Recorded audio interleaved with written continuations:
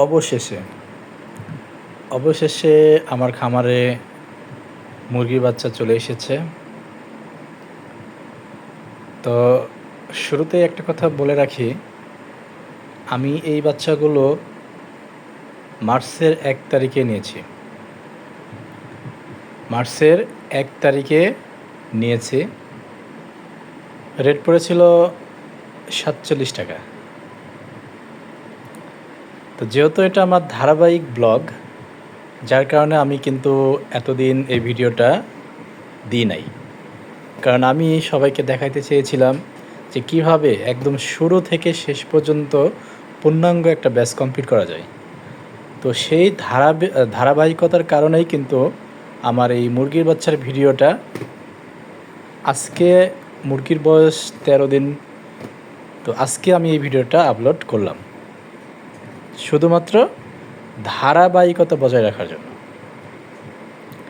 তো সবাই অলরেডি দেখেছ, যেটা হচ্ছে কাজী কোম্পানির লোমেন।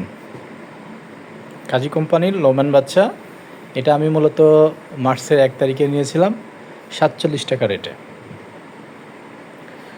তো যারা কাজী কোম্পানির সাথে ইনভলভ তারা অবশ্যই জানেন যে কাজী কোম্পানির বাচ্চা মূলত রাত ১২টার সময় আসে, অনেক সময় রাত ৩টা-৪টার দিকে আসে।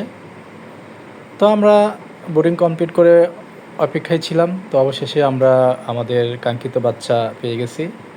তো এখানে আমার হচ্ছে, যেহেতু এটা ২০০০ মুরগির শেড, সুতরাং এখানে আমার বাচ্চা আছে ২০০০ পিস। ২০০০ পিস আছে। আমরা হচ্ছে মাত্র এই গাড়ি থেকে বাচ্চা নামিয়ে খামারের ভিতরে রাখলাম। তো আমরা এখন ধীরে ধীরে মুরগিগুলো দেখব, দেন বোর্ডারে ছাড়বো। তো বোর্ডারে ছাড়ার আগে আমাদের কিছু কাজ আছে, যেমন খাবার দেওয়া থেকে শুরু করে পানির ব্যবস্থা সব কিছু আগে এনশিওর করার পর দেন আমি বাচ্চাগুলোকে বোর্ডিংয়ে ছাড়বো। তো অলরেডি আলমগীর কাজ শুরু করে দিয়েছে। সে মূলত বোর্ডিংগুলোতে খাবার দেওয়া শুরু করছে।